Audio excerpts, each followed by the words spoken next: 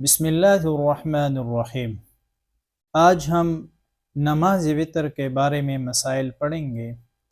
سب سے پہلا مسئلہ نیت کا ہے کہ وطر نماز کے لیے ہم نیت کیسے کریں۔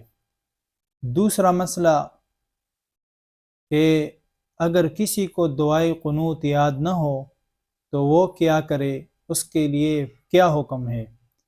اور تیسرا مسئلہ کہ اگر دعائے قنوت کوئی شخص بھول جائے تو پھر اس کے نماز کا کیا حکم ہے۔ یہ تین مسائل ہم آج پڑھیں گے انشاءاللہ تعالی۔ سب سے پہلے تو نیت کی بات ہے کہ نماز وطر کے لیے نیت ہم اس طرح کریں گے کہ 3 رکعت واجب میں اللہ کی رضا کے واسطے ادا کرتا ہوں اور میرا منہ قبلے کی طرف، اللہ اکبر، یہ نیت ہو گیا۔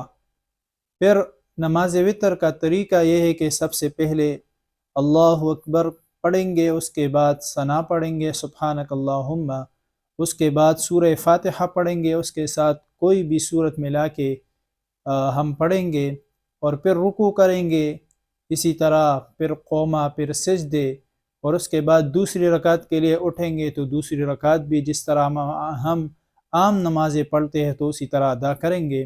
لیکن جب تیسری رکعت کے لیے ہم کھڑے ہوں گے سورہ فاتحہ کے ساتھ سورت ملا کر، اس کے بعد پھر رکوع میں نہیں جانا بلکہ پھر اللہ اکبر پڑھیں گے اور پھر دعائے قنوت پڑھیں گے، اللہم انا نستعینک ونستغفرک، آخر تک پڑھیں گے۔ اس کے بعد رکوع کریں گے، پھر اسی طرح قومہ کریں گے، پھر سجدے کریں گے، پھر اتحیات پر بیٹھ کر اتحیات پڑھیں گے، اور پھر دائیں جانب اور بائیں جانب سلام پھیریں گے تو ہمارا وطر کی نماز وہ ادا ہو جائے گا۔ پھر دوسرا مسئلہ یہ ہے کہ اگر کسی کو دعائے قنوت یاد نہ ہو تو وہ کیا کرے۔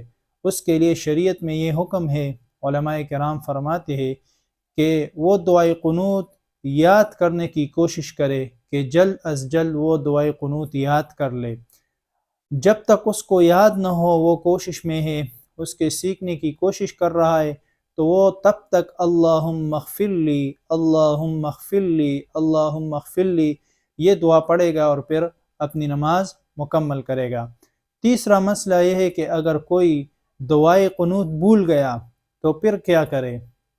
تو پھر اس کا کتابوں نے لکھا ہے کہ اس شخص کے لیے حکم یہ ہے کہ یہ دعائے قنوت بھول کر رکوع میں گیا تو وہ رکوع سے لوٹ کر واپس رکعت کے لیے نہ آئے بلکہ وہ یہ رکعت پوری کرے، اور جب اتحیات میں بیٹھے گا اتحیات پڑھ کر عبدہ و رسولہ تک، پھر دائیں جانب سلام پھیرے اور اس کے بعد 2 سجدے کرے، اور اس کے بعد پھر اتحیات پڑھ کے آخر تک پھر دائیں جانب بائیں جانب سلام پھیرے، یعنی سجدہ سہو کے ساتھ اس کا نماز صحیح ہو جائے گا۔ جو کمی آئی تھی، دعائے قنوت رہ گیا تھا، تو وہ کمی انشاءاللہ سجدہ سہو کے ساتھ پورا ہو جائے گا۔ اللہ رب العزت عمل کرنے کی توفیق عطا فرمائے۔ امید کرتا ہوں کہ آج کی ویڈیو آپ کو بہت پسند آیا ہوگا اور آپ کے لیے بڑا فائدہ مند ثابت ہوگا۔ جزاکم اللہ